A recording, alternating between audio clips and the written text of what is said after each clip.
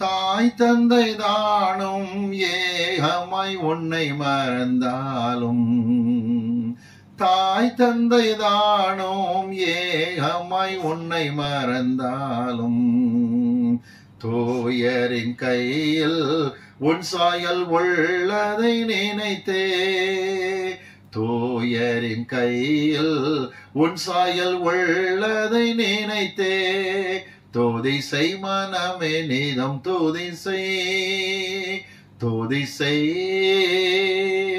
இம்மட்டும் நடத்தின உன் தேவனே. என்றோம் என்றோம் நன்றி மிகுந்த மனதோடே, என்றோம் என்றோம் நன்றி மிகுந்த மனதோடே. பரலோகத்தின் பிதாவே, இந்த அருமையான வேலைக்காக நன்றி செலுத்துகிறோம். இந்த நாளில் பகிர்ந்து கொள்ளுகிற வார்த்தைகளை ஆசிர்வதியும் தேவனே.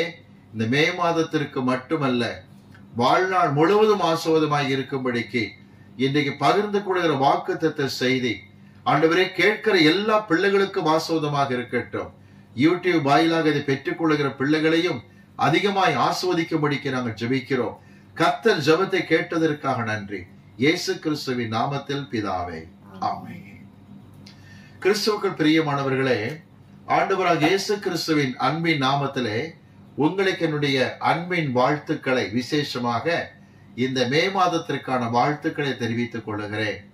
ஒரு ஆச்சரியமான காரியம் என்னவென்றால், ஒவ்வொரு மாதமும் நீங்கள் தேவ சமூகத்திலே துவங்குகிற நேரத்தில் அந்த மாதம் முழுவதும் ஆசீர்வாதமாய் இருக்கும் என்பது சந்தேகம் இல்லை.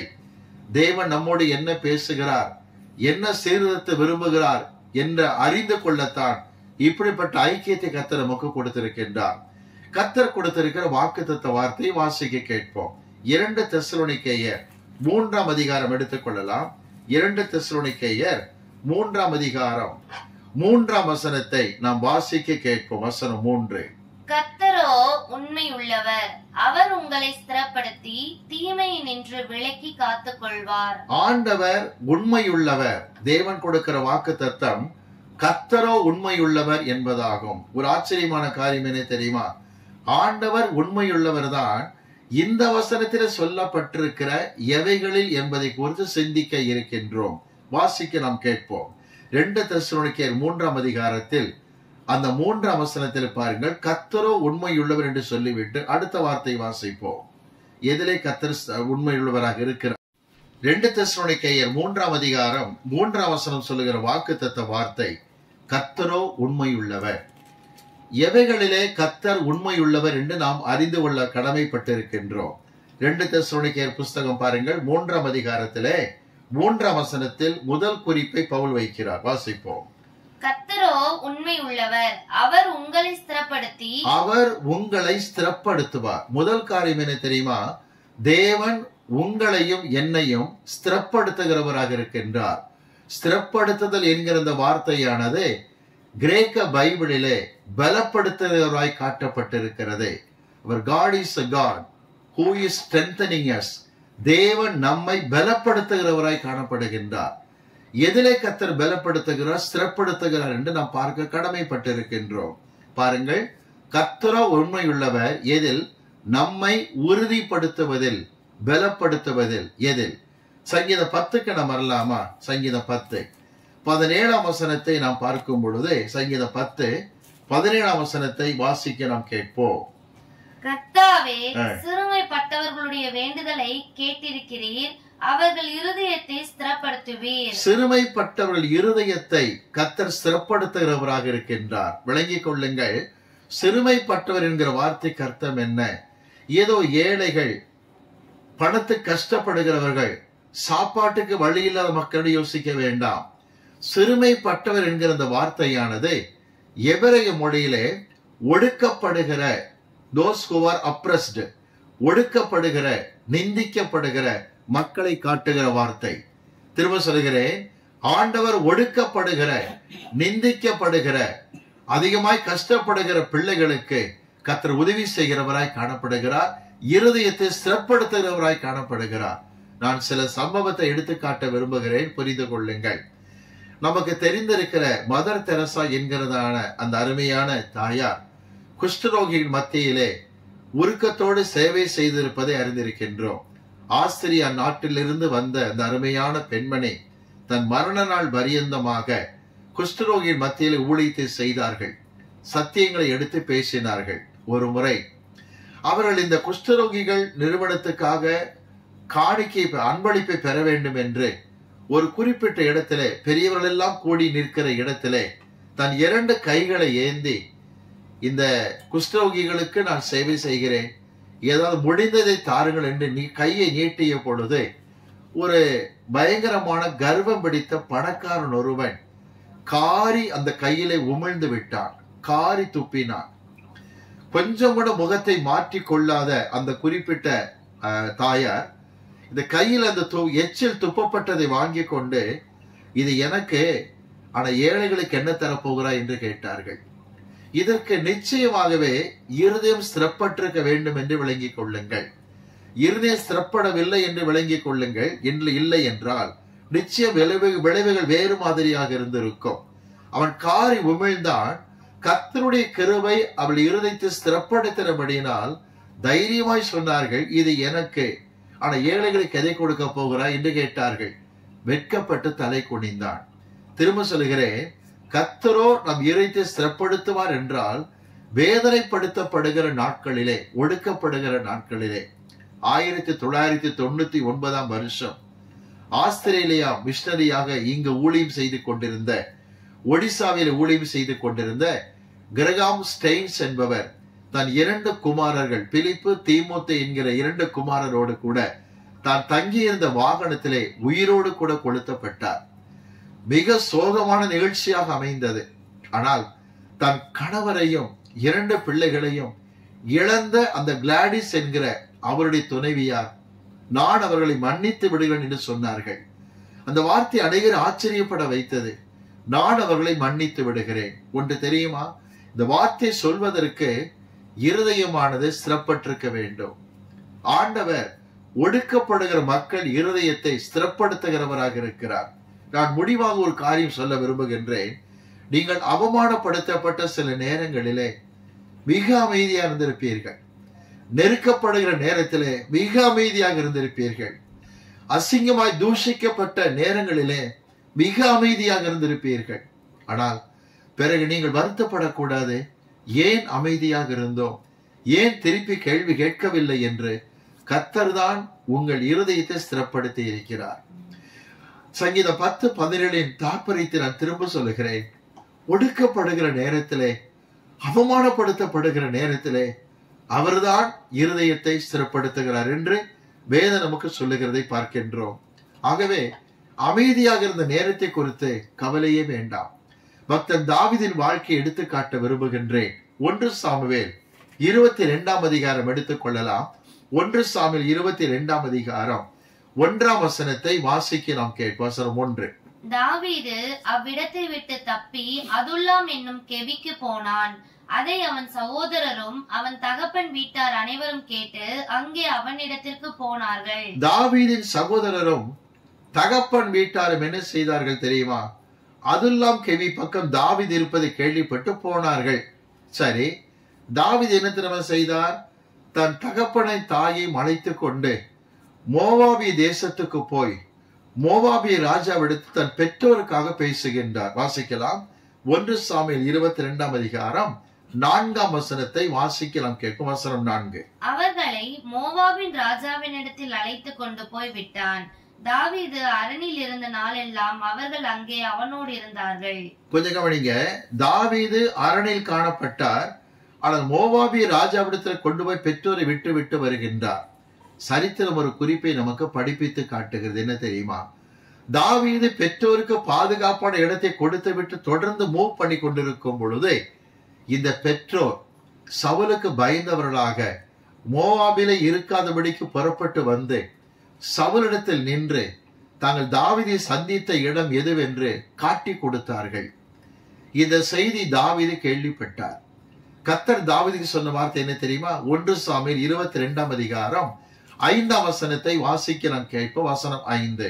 பின்பு காத் என்னும் தீர்க்கதரிசி தாவீதை பார்த்து, நீர் அரணில் இராமல் யூதா தேசத்திற்கு புறப்பட்டு வாரும் என்றார். கொஞ்சம் கவனிங்க, நீ அரணிலே இருக்க வேண்டாம், யூதா தேசத்தின் காடுகளுக்கு வாரும் என்று காத் என்கிற தீர்க்கதரிசி சொல்லுகிறார். இவர் வேறு யாரும் அல்ல, சாமுவேல் ஏற்படுத்திய தீர்க்க தரிசன பள்ளியின் பிரதான தீர்க்கதரிசியாக வழிநடத்தப்பட்டவர் என்று சரித்திரம் சொல்லுகிறது.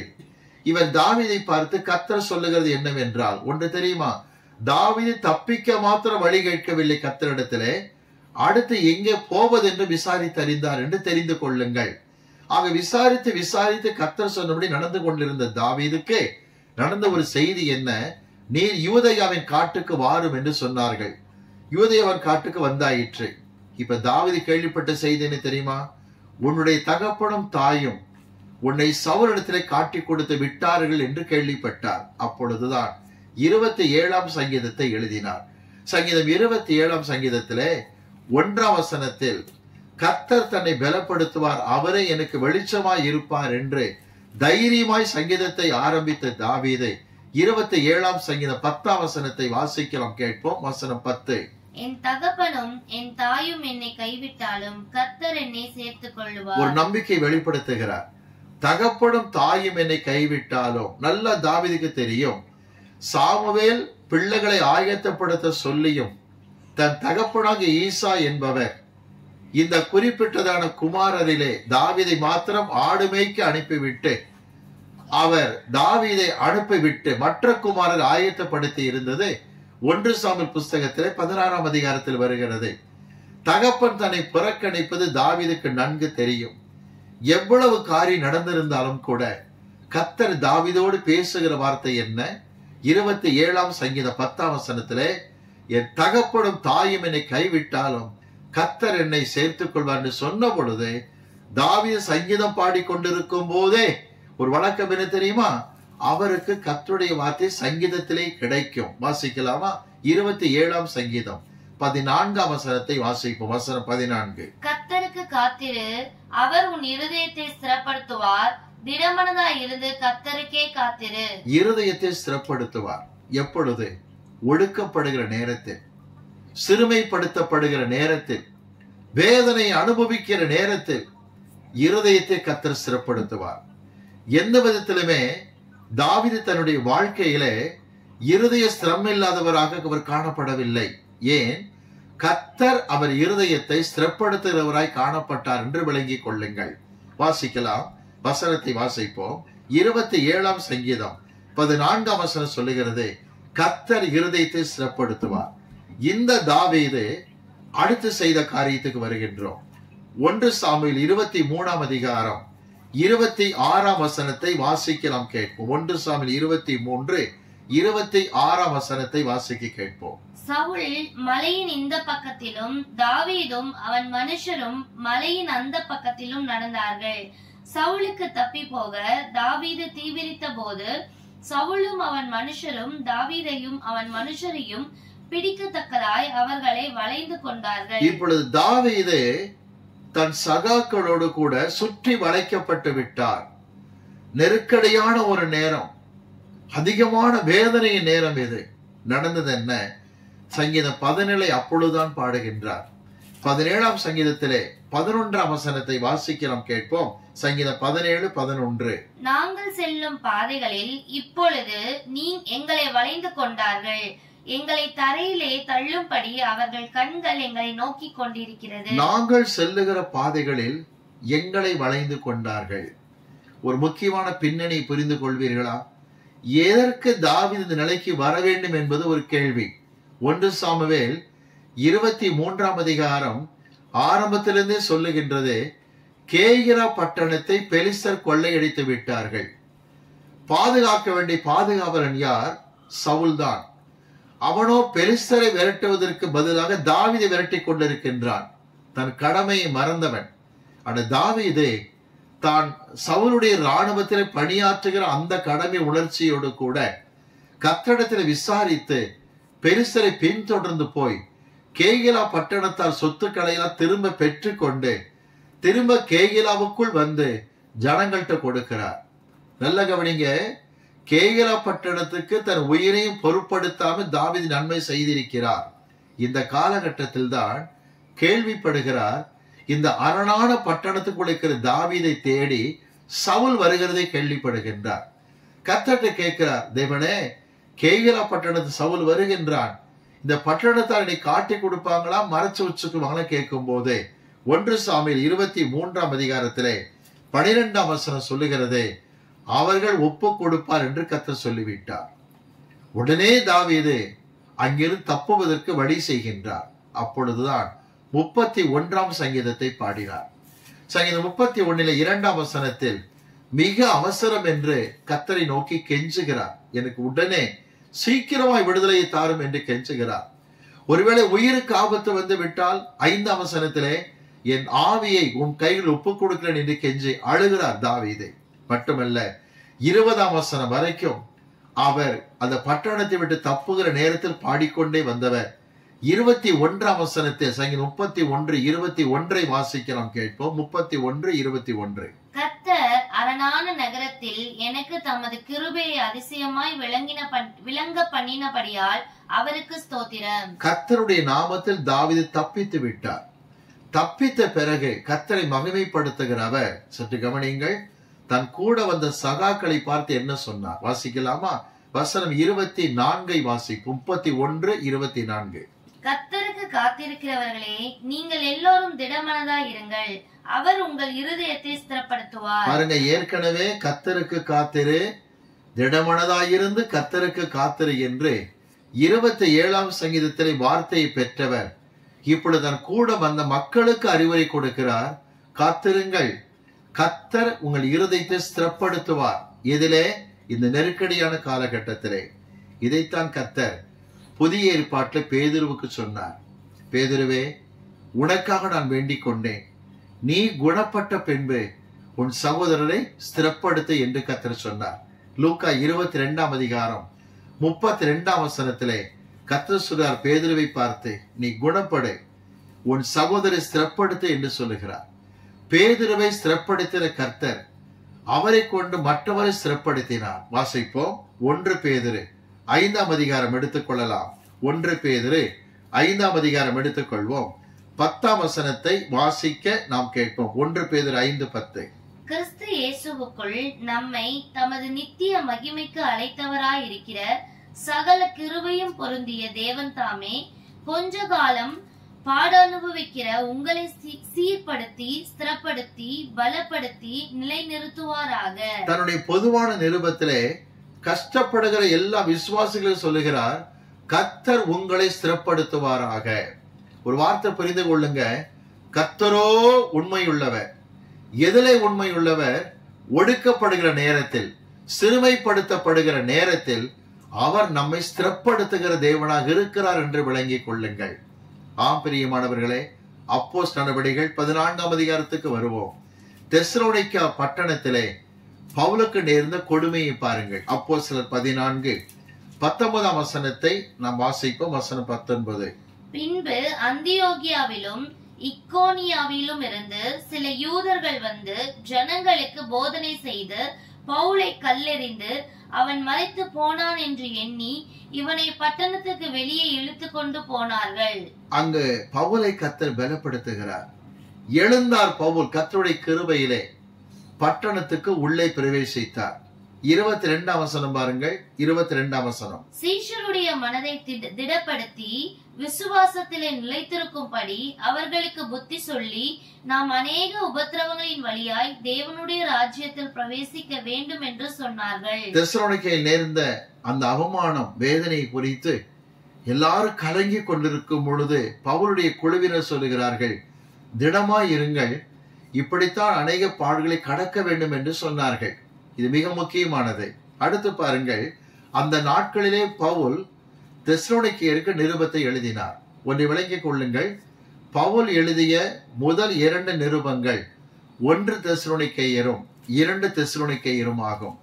1 தெசலோனிக்கேயர் எடுத்துக்கொள்வோம், 4ஆம் அதிகாரத்திலே எடுத்துக்கொள்வோம். 1 தெசலோனிக்கேயரும் எடுத்துக்கொள்வோம். 3ஆம் அதிகாரம் 3ஆம் அதிகாரத்திலே 7ஆம் வசனத்தை வாசிக்க நாம் கேட்போம். வசனம் 7. சகோதரரே, எங்களுக்கு நேரிட்ட எல்லா இக்கட்டிலும் உபத்திரவத்திலும் உங்கள் விசுவாசத்தினாலே உங்களை குறித்து ஆறுதல் அடைந்தோம். கவனிங்க, எங்களுக்கு எத்தனையோ பிரச்சனை வந்தது, உங்களை பத்தி நாங்க ஆறுதலாக இருக்கிறோம் சொல்லிட்டு 13ஆம் வசனம் வாசிங்க.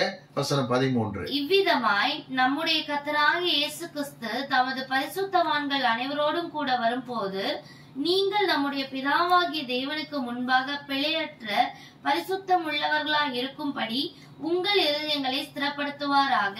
நீங்கள் இயேசுவின் வருகையிலே இருதயம் ஸ்திரப்பட்ட பிள்ளைகளாக இருக்க வேண்டும். அர்த்தம் என்ன? எந்த ஒரு வெறுப்பு வேதனையில் காணப்படாதபடிக்கு இருதயம் ஸ்திரப்படுத்தப்பட்ட பிள்ளைகளாக இருக்க வேண்டும். தமக்கு விரோதமாய் பாவிகளால் செய்யப்பட்ட இவ்விதமான விபரீதங்களை சகித்த அவரையே நினைத்துக் கொள்ளுங்கள் என்று எபிரேயர் 12ஆம் அதிகாரத்தில் 3ஆம் வசனத்தில் வாசிக்கின்றோம். திரும்ப சொல்லுகிறேன், கர்த்தரோ உண்மையுள்ளவர். எதற்கு? நெருக்கடியான காலகட்டத்தில் உங்கள் இருதயத்தை ஸ்திரப்படுத்துவதற்காக. இதைத்தான் பவுல் செய்தார் என்று பார்க்கின்றோம். ஒன்று மட்டும் உண்மை, ஒவ்வொரு நாளும் ஜெபம் பண்ணும் போது தேவனே என் இதயத்தை தொடர்ந்து ஸ்திரப்படுத்தும் என்று சொல்லும் பொழுது, உங்களுக்கு விரோதமாக போராட்டம் நெருக்கம் வரும் பொழுது அவர் கிருபை உங்களை ஸ்திரப்படுத்துகிறதை பார்ப்பீர்கள். எபிரேயருக்கு எழுதப்பட்ட நிருபம் 13ஆம் அதிகாரம் 9ஆம் வசனத்தை வாசிக்க நாம் கேட்போம். எபிரேயர் 13:9ஆம் வசனம் என்ன சொல்லுகிறது என்றால், ஆண்டவர் போஜன பதார்த்தங்களை காட்டிலும் தம் கிருபையை நம்பி இருக்கும்படிக்கு பேசுகின்றார். வாசிப்போம். எபிரேயர் 13:9. பலவிதமான அந்நிய போதனைகளால் அலைப்புண்டு தெரியாதிருங்கள். போஜன பதார்த்தங்களினால் அல்ல, கிருபையினாலே இருதயம் ஸ்திரப்படுகிறது நல்லது. தேவ கிருபைதான் இருதயத்தை பலப்படுத்தும். ஒருவேளை எப்படி சகித்துக் கொள்வேன், எப்படி பொறுத்துக் கொள்வேன் என்று நீங்கள் கஷ்டப்படும் பொழுது ஒன்று கவனியுங்கள், நிச்சயமாகவே கர்த்தருடைய கிருபை நம்மை பலப்படுத்துகிறதாய் காணப்படும். ஒரு முக்கியமான ஒரு சாட்சியோடு கூட சாட்சியை சொல்லி அடுத்த குறிப்புக்கு வருகின்றேன். நாங்கள் இருக்கிற இடத்திலே எங்களுக்கு சத்துருவாய் இருக்கிற ஒரு பெண்மணி எங்களை அதிகமாக நிந்தித்தாள். தருமபுரியிலே என்னை குறித்து அதிக நிந்தனையோடு பேசினார். பொறுமையாக பொறுத்து கொண்டோம். அவளை பற்றி நாங்கள் எந்த ஒரு காரியம் பொருட்படுத்தாதபடிக்கு பொறுமையாக இருந்தோம். கொஞ்ச நாட்கள் ஆயின. அவளுடைய பேரன் ஒருவன் ஓடி போய் இன்னொரு பெண்ணோடு கூட திருமணம் செய்து கொண்டு அந்த ஏரியாவை அவமானப்படுத்தப்பட்டு பேசும்போது அந்த குடும்பம் தலை குனிந்தது. அன்றைக்கு நாங்கள் மிகுந்த பொறுமையை கடைபிடித்தோம். நிந்தனையான வார்த்தை பேசும்போது கடைபிடித்தோம். இன்றைக்கு கூட நான் சொல்லுகின்றேன், ஊழியத்திலே உண்மையாய் தேவனுக்கென்று உழைக்கிற உங்களை அசிங்கமாக பேசுவார்கள். ஆனால் தேவனுடைய கிருபை ஒன்றுதான் இருதயத்தை பலப்படுத்தும் என்று புரிந்து கொள்ளுங்கள். இன்னொன்று தெரியுமா? நான் 2017 என் காலில் ஆபரேஷன் ஆன சமயத்தில் ஒரு வாலிபமான பிள்ளை என்னை ஆதரித்து என்னை அதிகமாய் பராமரிக்கிற ஐசக் குடும்பத்தினரை கேவலமாக திட்டினாள். ஆனால் நடந்தது என்ன? இன்றைக்கு அவள் வாழ்க்கையில் சின்ன பின்னப்பட்டு கொண்டிருக்கின்றாள். கண்ணீரின் பாதையை கடக்கின்றாள். நாங்கள் பொறுமையாக இருந்தோம். திரும்ப சொல்கிறேன், எப்படித்தான் பொறுத்தேனோ என்று யோசிக்காதீங்க. கர்த்தர் கிருபைதான் எரித்து ஸ்திரப்படுத்தி இருக்கிறது. எப்படி பொறுமையா இருப்பது என்று யோசிக்காதீங்க. கர்த்தருக்கு காத்திருங்கள். அவர் உங்கள் இருதயத்தை ஸ்திரப்படுத்துகிறவராக இருக்கின்றார். எப்பொழுது? சிறுமைப்பட்ட மக்களுக்காக இந்த ஸ்லாக்கியம். ஆகவே தேவ கிருபைக்காய் மன்றாடுங்கள். அவரோ உண்மையுள்ளவர். உங்கள் இருதயத்தை நீங்கள் ஸ்திரப்பட்டு காணப்படுவதற்காக. பெற்றோர் நிந்திக்கிறார்களா? உறவின் மக்கள் நிந்திக்கிறார்களா? அனாவசியமாய் பேசுகிறார்களா? கிருபைக்காக மன்றாடுங்கள். அவர் உண்மையுள்ளவர், இருதயத்தை ஸ்திரப்படுத்துவார். 2 தெசலோனிக்கேயர் 3ஆம் அதிகாரத்திலே 3ஆம் வசனத்தினுடைய அடுத்த பகுதிக்கு வருகின்றோம். அவர் உண்மையுள்ளவர், இருதயத்தை ஸ்திரப்படுத்துவதில் அடுத்து பாருங்க சொல்லப்பட்டிருக்கிறது, தீமை நின்று விலக்கி காப்பார் என்று பவுல் சொல்லுகிறார். இரண்டாவது குறிப்பு என்ன? தீமை நின்று கர்த்தர் நம்மை விலக்கி காப்பார். ஒன்று பிரியமானவர்களை விளங்கிக் கொள்ளுங்கள். மற்றவர்கள் பேசுகிற நிந்தனையான வார்த்தைகள், ஒடுக்குகிற வார்த்தைகளிலே இருதயத்தை பலப்படுத்துகிற ஆண்டவர் எதிலும் உண்மையாய் இருக்கிறார் என்றால் தீமைக்கு நம்மை விலக்கி காப்பதிலே உண்மையாய் காணப்படுகின்றார். 1 நாளாகமத்தின் புஸ்தகம் 4ஆம் அதிகாரத்திலே யாப்பேஸ் குடும்பத்தை குறித்து சரித்திரம் சொல்லுகிறது. ராஜ குடும்பத்தை சேர்ந்தவர் யாப்பேஸ் என்று காட்டப்படுகிறது. அவருடைய தாய்க்கு ஒரு நம்பிக்கை, எனக்கு ஒரு ஆண் குழந்தை பிறக்கும் என்கிற நம்பிக்கையில் காணப்பட்டார்கள். ஏற்கனவே தாய்க்கு அதிகமான நெருக்கடியின் காலகட்டங்கள் அன்றைக்கு. கர்ப்பிணியாய் காணப்பட்ட இவர்கள் தனக்கு ஆண் குழந்தை பிறந்து ஒரு ஆறுதலாக இருக்கும் என்று நினைத்தார்கள். சரித்திரம் சொல்லுகிறது, யாப்பேஸ் பிறந்தார். பிறக்கும் பொழுது அங்கவீனனாக பிறந்தார். ஒருவேளை கண்களில் குறைபாடோ கரங்களில் கால்களில் குறைபாடோ தெரியாது. சரித்திரம் சொல்லுகிற குறிப்பு அங்கவீனனாக பிறந்தார் என்பதாகும். தாய்க்கு வேதனை தாங்கவில்லை. உடனே சொன்னார்கள், எனக்கு இருக்கிற வேதனையை இப்படி பிறந்து அதிகமாக்கி விட்டாய் என்று துயரத்தோடு சொன்ன வார்த்தை தான் உன் பெயர் யாப்பேஸ் என்று சொன்னார்கள். யாப்பேஸ் என்கிற வார்த்தைக்கு துக்கம் அல்லது துயரம் என்பது பொருளாகும். சற்று கவனியுங்கள். இந்த குறிப்பிட்ட யாப்பேஸ் எனப்படுகிறதான இந்த வாலிபன் வளர்ந்து வருகிற நாட்களிலே என்ன ஜெபித்தாராம்? 1 நாளாகமத்தின் புஸ்தகம் 4ஆம் அதிகாரம் 10ஆம் வசனத்தை வாசிக்கலாம். கேட்கும். வசனம் 10. யாப்பேஸ் இஸ்ரவேலின் தேவனை நோக்கி, தேவரீர் என்னை ஆசீர்வதித்து என் எல்லையை பெரிதாக்கி உமது கரம் என்னோடு இருந்து தீங்கு என்னை துக்கப்படுத்தாதபடிக்கு அதற்கு என்னை விலக்கி காத்தருளும் என்று தேவனே, நீர் என்னை ஆசீர்வதியும். தாயனை ஆசீர்வதிக்க மறுத்து விட்டார்கள். நீர் என்னை ஆசீர்வதியும். மட்டுமல்ல, ஆசீர்வதிக்க என் எல்லை பெரிதாக்கப்பட வேண்டும். மற்றவருடைய பொறாமை எனக்கு தீங்காக வரக்கூடாது என்று சொல்லி என் எல்லையை விரிவாக்கும். உமது கரம் என்னோடு இருக்கட்டும் என்று பாதுகாப்புக்கு ஜெபிக்கிறவர் தீங்கு என்னை துக்கப்படுத்த வேண்டாம் என்று கேட்டுக்கொள்கிறார். எப்பொழுது தீமை அல்லது தீங்கு வரும் என்று கேட்டால் நீதிமொழிகள் 28:14 சொல்லுகிறது. நீதிமொழிகள் 28:14 சாலமோன் ஞானி என்ன சொல்கிறார் என்று கவனிப்போம். எப்பொழுதும் பயந்திருக்கிறவன் பாக்கியவான். தேவனுக்கு எப்போதும் பயந்திருக்கிறவன் பாக்கியவான். தன் இருதயத்தை கடினப்படுத்துகிறவன் தீங்கில் விழுவான். விளங்கிக் கொண்டீர்களா? தீமைக்கு கர்த்தர் நம்மை விலக்கி காப்பார். ஆனா ஒண்ணு, நாம இருதயத்தை கடினப்படுத்த கூடாது. நல்லது பிரியமானவர்களே, கர்த்தர் தம்முடைய ஜனங்கள்கிட்ட பார்க்கிறதான 2 தீமைகள் என்ன? பவுல் சொல்கிறார், தீமை நின்று விலக்கி காப்பார் என்று. கர்த்தர் உங்களிடத்துல என்னிடத்துல எந்த தீமையை பார்க்க கூடாது என்று கேட்டால் எரேமியா தீர்க்கதரிசி புஸ்தகத்துக்கு நாம் வருவோம். எரேமியா தீர்க்கதரிசி புஸ்தகம் 2ஆம் அதிகாரம் எடுத்துக்கொள்வோம். அதுல கர்த்தர் 13ஆம் வசனத்தில் எரேமியாவை கொண்டு சொல்லுகிற வார்த்தை வாசிக்க கேட்போம். எரேமியா 2:13. என் ஜனங்கள் 2 தீமைகளை செய்தார்கள். 2 தீமைகளை கர்த்தருடைய மக்கள் செய்தார்கள், இன்றைக்கும் செய்து கொண்டிருக்கிறார்கள். என்ன? வாசிப்போம். ஜீவ தண்ணீர் ஊற்றாகிய எண்ணெய் விட்டு விட்டார்கள். ஜீவ தண்ணீர் ஊற்றினா எப்பெல்லாம் உனக்கு தேவையோ அப்பெல்லாம் மொண்டு கொள்வதற்கு பக்கத்துல சமீபமாக இருக்கிற அந்த கிறிஸ்துவாகிய ஜீவ தண்ணீர் ஊற்றை விட்டு விட்டார்கள். தண்ணீர் நிற்காத தொட்டிகளாகிய வெடிப்புள்ள தொட்டிகளை தங்களுக்கு வெட்டி கொண்டார்கள். இவங்களே ட்ரை பண்ணி சொந்தமா ஒரு தொட்டியை கட்டி இருக்காங்க. அந்த தொட்டியானது வெடிப்பாய் இருக்கிறது. அந்த தொட்டில தண்ணி ஊத்துனா நிக்காது. ஒரு தீமை என்ன தெரியுமா? கர்த்தரை விட்டு விலகியது.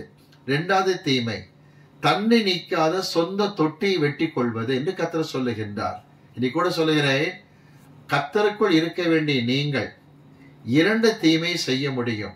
இந்த தீமைக்கு ஆவியானவர் உங்களை விலக்கி காப்பாராக. ஒன்று என்ன தெரியுமா? கர்த்தராகிய இயேசு கிறிஸ்து எவைகளை நமக்கு வாக்கு பண்ணுகிறாரோ அதை நம்பாதபடிக்கு, நம்ப மறுத்து, சொந்த இஷ்டத்துக்கு இடம் கொடுத்து, சுய இஷ்டத்துக்கு இடம் கொடுத்து வெடிப்புள்ள தொட்டியை தெரிந்து கொண்டு விட்டால் இதுதான் 2 தீமை என்று விளங்கிக் கொள்ளுங்கள். எத்தனை வாலிமான பிள்ளைகள் தங்கள் திருமண விஷயத்தில் காத்திருப்பதில்லை, கொஞ்சம் கூட காத்திருப்பதில்லை. திரும்ப சொல்லுகிறேன், அவசரப்படுகிறார்கள். தாங்களே ஒரு முடிவுக்கு வராங்க. இந்த வாலிபன் அன்பாய் பழகுகிறான், ரொம்ப நேசிக்கிறான், உண்மையான பிள்ளையாக இருப்பான், எங்க அப்பா அம்மாவுக்கு இவனை பத்தி என்ன தெரியும் என்று ஒரு வாலிப பிள்ளை எண்ணுவாளானால், ஒரு வாலிப தம்பி இந்த பெண்ணை குறித்து மம்மி டாடிக்கு என்ன தெரியும், அவங்க சும்மா ஏதாவது பேசிக்கிட்டா இருப்பாங்க சொல்லி நினைப்பானால், ஜெபத்திலே காத்திருக்க தவறுவானால் ஜீவ தண்ணீர் ஊற்றை விட்டு விடுகின்றான், வெடிப்புள்ள தொட்டி வெட்டி கொள்ளுகின்றான். இந்த தீமை அனுபவிக்கிற எத்தனையோ வாலிப பிள்ளைகள் உண்டு. திருமணத்துக்கு பிறகு மனம் கசந்து போகிற பிள்ளைகள் உண்டு. இதை கேட்டுக்கொண்டிருக்கிறதான வாலிப பிள்ளைகளுக்கு எச்சரிக்கையாய் சொல்லுகிறேன், ஜெபத்தோடு கூட காணப்படுங்கள், மிகுந்த ஜெபத்தோடு காணப்படுங்கள், தேவனுக்கு காத்திருங்கள். அவரை விட்டு விட்டு வெடிப்புள்ள தொட்டி வெட்டி கொள்ள வேண்டாம். ஒருவன் எத்தனை அன்பாய் அருமையாய் பேசினாலும் அவன் கூடவே வாழ்க்கை நடத்துவானா இல்ல தன் சொந்த புத்தியை காட்டுவானா என்பது தேவனுக்கு மட்டும்தான் தெரியும். எச்சரிக்கையாய் சொல்லுகிறேன், இந்த தீமைக்கு உள்ளாகாதபடிக்கு கர்த்தருடைய வல்லமை உங்களை தடுத்து நிறுத்துவதாக. அடுத்து நாம் வாசிக்கலாமா? ரோமருக்கு எழுதப்பட்ட நிருபம் 7ஆம் அதிகாரத்துக்கு வருவோம். ரோமருக்கு எழுதப்பட்ட நிருபம் 7ஆம் அதிகாரம் எடுத்துக்கொள்வோம். 19ஆம் வசனத்தை வாசிப்போம். 19ஆம் வசனம். ஆதலால் நான் விரும்புகிற நன்மையை செய்யாமல் விரும்பாத தீமையே செய்கிறேன். இதுதான் உள்ள இருக்கிற சுபாவம். நல்லது நடக்கும்னு நினைக்கிறேன், அதை நேசிக்காம விரும்பாத தீமையை செஞ்சுகிட்டே இருக்கிறேன். 21ஆம் வசனம் வாசிங்க. வசனம் 21. ஆனபடியால் நன்மை செய்ய விரும்புகிற என்னிடத்தில் தீமை உண்டென்கிற ஒரு பிரமாணத்தை காண்கிறேன். நல்ல வாழ்க்கை நடத்த விரும்புகிற எனக்கு ஏதோ ஒரு தீமை உள்ள இருக்குன்னு தெரிஞ்சுக்கிட்டேன். இன்னைக்கு சொல்லுகிறேன், கர்த்தர் இந்த தீமை மாற்றுவதற்கு விரும்புகின்றார், தீமைக்கு விலக்கி காக்க விரும்புகிறார். நீங்க என்ன ஜெபம் ஆண்டவர்கிட்ட? தேவனே, நீர் உண்மையுள்ளவர், என்னை தீங்குக்கு விலக்கி காப்பாற்றும் அப்பா. ஒருவேளை பெண் பார்க்கிற விஷயம், மாப்பிள்ளை பார்க்கிற விஷயம் வரும் பொழுது கண்ணீரோடு ஜெபிக்க வேண்டிய காரியம் இதுதான். சில பெண் பிள்ளைகள் பார்ப்பதற்கு ஊழியத்தில் உதவியாக இருப்பது போல தெரியும், சில வாலிபர்கள் ஆண்டவருடைய காரியத்தில் உற்சாகமாக இருப்பது போல தெரியும். ஆனா தேவனுக்கு மட்டும்தான் எது நன்மை எது தீமை என்று தெரியும். நாம முடிவெடுத்து நாம கற்பனை செய்து கொண்டு வெடிப்புள்ள தொட்டி வெட்டாதபடிக்கு ஜாக்கிரதையாக இருப்போம். கர்த்தருடைய சமூகத்தில் கெஞ்சுவோம், தேவனே, இந்த தீமைகளுக்கு என்னை விலக்கி காப்பாற்றும் அப்பா. அவர் உண்மையுள்ளவர், ஒரு நாளும் கர்த்தர் கைவிட மாட்டார், உங்களை தீமைக்கு விலக்கி காப்பார். அவர் விரும்புகிறது உங்கள் விருப்பம் என்னவென்று பார்க்கின்றார். ஏதோ அரை மனதோடு அல்ல, முழு மனதோடு கர்த்தரிடத்திலே தீமைக்கு விலக்கி காப்பாற்றும் என்று சொன்னால் நிச்சயமா கர்த்தர் ஜெபத்தை கேட்கிறவராக இருக்கின்றார். 21ஆம் வசனம் ரோமர் 7:21 சொல்லுகிறது, எனக்குள் இருக்கக்கூடிய அந்த தீமையின் சுபாவம் இந்த காரியத்தை செய்கிறது, தவறை செய்கிறது என்று சொல்லப்படுகிறது. இன்னொரு முக்கியமான விஷயத்தை நான் சொல்ல விரும்புகிறேன். 3 யோவான் எடுத்துக்கொள்வோம். 11ஆம் வசனத்தை பார்க்கும் பொழுது காயு என்கிறதான இளம் போதகனுக்கு யோவான் கொடுக்கிற ஆலோசனையை பாருங்கள். கிளை சபையை நிர்வகித்துக் கொண்டிருந்த காயுவிற்கு கொடுக்கிற ஆலோசனை. 3 யோவான் 11ஆம் வசனத்தை வாசிப்போம். பிரியமானவனே, நீ தீமையானதை பின்பற்றாமல் நன்மையானதை பின்பற்று. நல்லவங்களும் இருக்கிறாங்க ஊழியத்தின் பாதையிலே, கவனிக்கிறீங்களா? கெட்டவங்களும் இருக்கிறாங்க ஊழியத்தின் காரியத்துல. Don't set any bad examples. எந்த ஒரு தவறான முன்னுதாரணத்தையும் வைக்க வேண்டாம் என்று அன்பாய் சொல்லுகின்றேன். யோவான் அப்படித்தான் பேசுகிறார். யாருக்கு? காயுவுக்கு. எந்த ஒரு தப்பான உதாரணத்தை வைக்காத, தீமையை ஃபாலோ பண்ணாத, நன்மையானதை பின்பற்று. இன்னைக்கு நான் வாலிபான பிள்ளைகளுக்கு சொல்லுகிறேன், எத்தனை பேர் தங்கள் வாழ்க்கையில பல சாதனைகளை படைத்திருப்பார்கள். ஆனா தீமையான எக்ஸாம்பிள் எடுத்துக்கிடாதீங்க, நல்ல காரியத்தை தெரிந்து கொள்ளுங்க. அவங்களே இப்படி செஞ்சாங்க, இவங்களே இப்படி செஞ்சாங்கன்னு சொல்லி தீமையை உதாரணமாக்க வேண்டாம் என்று வேதனை எச்சரிக்கிறதை பார்க்கிறோம். அப்படி செய்வீர்களானால் கர்த்தரை விட்டு விடுவீர்கள், வெடிப்புள்ள தொட்டி வெட்டி கொள்ளுகிற பிள்ளைகளாக இருப்பீர் என்று தெளிவாக அறிந்து கொள்ளுங்கள். இன்னொன்று, பண ஆசை. 1 தீமோத்தேயு 6:10 பவுல் சொல்லுகிறார், பண ஆசை எல்லா தீமைக்கும் வேறாய் இருக்கிறது என்று சொல்லுகின்றார். பண ஆசையானது எல்லா தீமைக்கும் வேறாய் இருக்கிறது. ஆக இன்னைக்கு நாம் ஒன்று அறிந்து கொள்வோம், பண ஆசையோ வெடிப்புள்ள தொட்டியோ நான் தெரிந்து கொள்ளாதபடிக்கு பாதுகாத்துக் கொள்ளும். இதற்காகத்தான் கிறிஸ்துவும் ஜெபித்தார். அந்த ஜெபம் கேட்கப்பட்டிருக்கிறது. அன்போடு சொல்லுகிறேன், கிறிஸ்து இதற்காகத்தான் ஜெபித்தார். அந்த ஜெபத்தை பிதா கேட்டு இருக்கிறார். சுதந்திரித்துக் கொள்ள வேண்டிய அந்த பொறுப்பு உங்ககிட்ட இருக்கு. தம்பி மறந்துடாதீங்க, தங்கச்சி மறந்துடாதீங்க, பிள்ளைகளை மறந்துடாதீங்க. கிறிஸ்து நமக்காக ஜெபிச்சுட்டார். அது சுதந்திரிக்க வேண்டிய பொறுப்பு நமக்கு இருக்கு. என்ன ஜெபித்தார் ஆண்டவர் வாசிக்கலாமா? யோவான் சுவிசேஷம் 17ஆம் அதிகாரம் எடுத்துக் கொள்ளுங்கள். யோவான் சுவிசேஷம் 17ஆம் அதிகாரம் எடுத்துக்கொள்வோம்.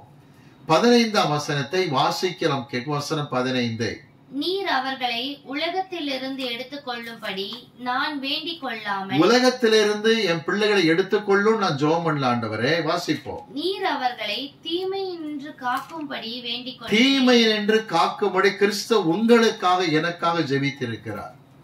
ஒரு காரியம் கவனிங்க. பிதாவை மன்னின் ஜெபம் பண்ணிட்டார். மன்னிப்பை எதிர்பார்த்து காத்திருந்தா மன்னிப்பை கர்த்தர் வழங்குவார். தீமை நின்று என் பிள்ளைகளை காப்பாத்துன்னு ஜெபம் பண்ணிட்டார். கர்த்தருக்கு ஒப்பு கொடுத்தா நிச்சயமா காப்பாத்துவார். அதாவது ரோட்ல வண்டியில போகும்போது ஸ்பீடு பிரேக்கர் இருக்கிறதுனால உங்க வண்டி ஸ்லோவாயிடாது. ஸ்பீடு பிரேக்கர் இருக்கு, நீங்களா வண்டியின் வேகத்தை குறைச்சு பிரேக் அப்ளை பண்ணாதான் அந்த வண்டி நிற்கும். ஸ்பீடு பிரேக்கர் இருக்கிறதுக்காக பைக்கு தானா நிக்காது, கார் தானா நிக்காது, நீங்க அப்ளை பண்ணணும். அதுபோல கர்த்தர் ஜெபித்திருக்கிறார். சுதந்திரித்துக் கொள்ள நீங்கள் ஆயத்தமாக இருக்கணும். ஒவ்வொரு நாளும் ஜெபம் பண்ணுங்க. நீர் உண்மையுள்ள தேவன். எதிலே? என்னை தீமை நின்று காப்பதிலே. எடுத்து வாசிப்போம். மத்தேயு சுவிசேஷத்திலே இந்த ஜெபத்தை யூதர்கள் தினமும் செய்கிறார்கள். இதை கர்த்தர் நமக்கு ஒரு மாதிரியாய் கற்பித்திருக்கிறார். மத்தேயு 6ஆம் அதிகாரம் 13ஆம் வசனம் பாருங்க. மத்தேயு 6:13. எங்களை சோதனைக்கு உட்பட பண்ணாமல் தீமை நின்று எங்களை ரட்சித்துக் கொள்ளும். ராஜ்யமும் வல்லமையும் மகிமையும் என்னென்றைக்கும் உம்முடையவைகளே, ஆமேன் என்பதே. தீமை நின்று காத்துக்கொள்ளும். இந்த காலை நேரத்துல கொஞ்சம் விளங்கிக் கொள்ளுங்கள். கர்த்தரோ உண்மை உள்ளவர். எதிலே உண்மை உள்ளவர்? இருதயத்தை ஸ்திரப்படுத்துவதில். எதிலே உண்மை உள்ளவர்? தீமை என்று விலக்கி காப்பதில். ஆகவே இதற்காய் பாரத்தோடு ஜெபிக்க போகிறோம். பரிசுத்த ஆவியானவர் உங்கள் உள்ளங்களை பலப்படுத்துவாராக. நாம் பாடினோமே, தாய் தந்தை தானும் ஏகமாய் என்னை மறந்தாலும் தூயரின் கையில் என் சாயல் உள்ளதை நினைத்தே துதிசை என்று பாடினோமே. அந்த நம்பிக்கையோடு கர்த்தருடைய சமூகத்தில் நாம் வருவோம். பரலோக பிதாவே, இந்த அருமையான வேலைக்காக உமக்கு நன்றி. நாங்கள் பகிர்ந்து கொண்ட வாக்குத்தத்த வார்த்தைக்காய் ஸ்தோத்திரம். கர்த்தரோ உண்மையுள்ளவர். கர்த்தரோ உண்மையுள்ளவர். எத்தனை சந்தோஷமான காரியம். இப்பொழுதும் தாழ்த்தி ஒப்பு கொடுக்கிறோம் அப்பா. ஜெபத்தோடு கூட காணப்படுகிற பிள்ளைகளை கண்ணோக்கி பாரும். செய்தியை கேட்டுவிட்டு தேவன் இந்த வார்த்தை எனக்கு ஆசுதமாய் இருக்க வேண்டும் என்று எத்தனை பேர் பாரத்தோடு ஜெபிக்கிறார்களோ, இந்த நாளின் காலையிலே, இந்த நேரத்திலே அவள் மீது கர்த்தருடைய வல்லமை இறங்கட்டும். ஒடுக்கப்படுகிற நேரத்திலே, நிந்திக்கப்படுகிற நேரத்திலே, சிறுமைப்படுத்தப்படுகிற நேரத்திலே இருதயத்தை பலப்படுத்துவீராக. கிருபையால் இருதயத்தை பலப்படுத்துவீராக. மட்டுமல்ல, தீமைக்கு விலக்கி காப்பாற்றும். எந்த விதத்திலும் ஜீவ தண்ணீர் ஊற்று கிறிஸ்துவை விட்டுவிட வேண்டாம். குறிப்பாய் வாலிமான பிள்ளைகளுக்காக ஜெபிக்கிறோம் அப்பா. தண்ணி நிற்காத வெடிப்புள்ள தொட்டிகளை வெட்டி கொள்ள வேண்டாம். பிள்ளைகளுக்கு போதியும் நடத்தும். தீமையின் என்று ரட்சித்து காத்துக்கொள்ளும். இதற்காகத்தானே ஜெபித்தீர். உலகத்திலிருந்து எங்களை எடுத்துக் கொள்ளும்படி வேண்டிக் கொள்ளாமல் தீமையின் என்று காக்கும்படிக்குத்தானே ஜெபித்தீர். அந்த ஜெபம் எங்களுக்கு ஆசுதமாய் இருக்கட்டும். ஜெபத்தை கேட்டதற்காக நன்றி. இயேசுவின் நாமத்தில் பிதாவே, ஆமென்.